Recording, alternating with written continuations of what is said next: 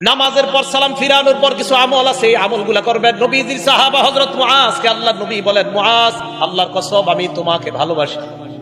আবার বললেন, মুআজ আল্লাহর কসম আমি তোমাকে ভালোবাসি।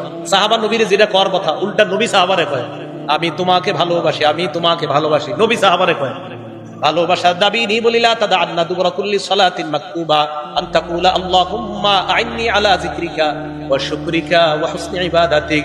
মুআজ তুমি কখনো নামাজের পর এই আমলটা ছাড়বা না। সালাম ফিরানোর সাথে সাথেই তুমি পড়বা আল্লাহুম্মা আইন্নি আলা যিকরিক ওয়া শুকরিক ওয়া হুসনি ইবাদাতিক। তুমি জিন্দেগিতেও নামাজের পরে আমলটা ছাড়বা না। তা আশাবাদী আমি। আপনারা সালাম ফিরানোর পর ইমাম সাহেব যারা আছি, আমি আলহামদুলিল্লাহ আমরা যারা আছি, আমি যেই মসজিদগুলা আমার তদারকিতে আছে সব মসজিদে আমলগুলা সালাম ফিরানোর পর মুসল্লিদেরকে আমল করার সুযোগ দেওয়া। আল্লাহুম্মা আইন্নি আলা যিকরিক ওয়া শুকরিক ওয়া হুসনি ইবাদাতিক, এই আমলটা করা।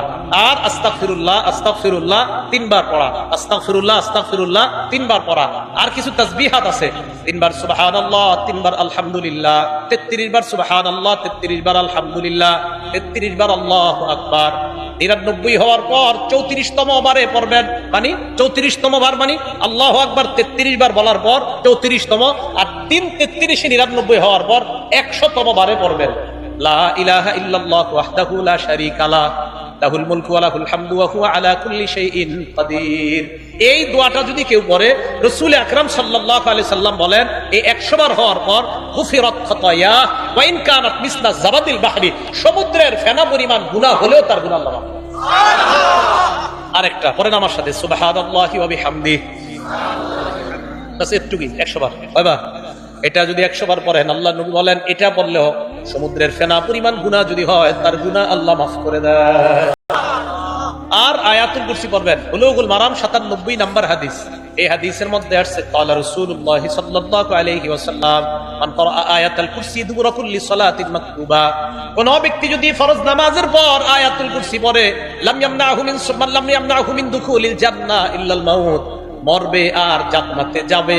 এই দুই জান্নাত আর ওই ব্যক্তির মাঝে ব্যবধান হলো মৃত্যুবরণ করা। মারা যাওয়ার সাথে সাথে আল্লাহর জান্নাতের মেহমান। তাহলে আয়াতুল কুরসি পড়া এটা কখনো ছাড়বেন না।